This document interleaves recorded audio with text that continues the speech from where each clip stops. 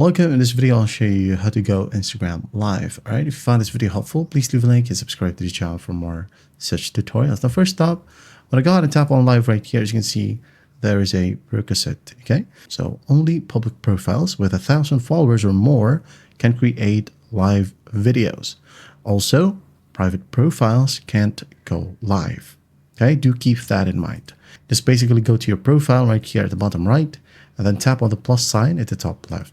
Okay, once done, select live, and then just tap on live. Okay, now I'm going to go ahead and enter or log into a creator account right here.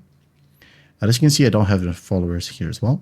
So when I go ahead and tap on the plus sign, go live, it should say the same exact error. Okay, so when you want to go live, just tap on this live button. And if you want to go live for everyone, select this option. Or for your close friends only, you could go ahead and add in people right here, or maybe just to practice. Okay, tap on go live, and it should be good to go. And that is how you go Instagram live. Hope this video helps, and I'll see you in the next one.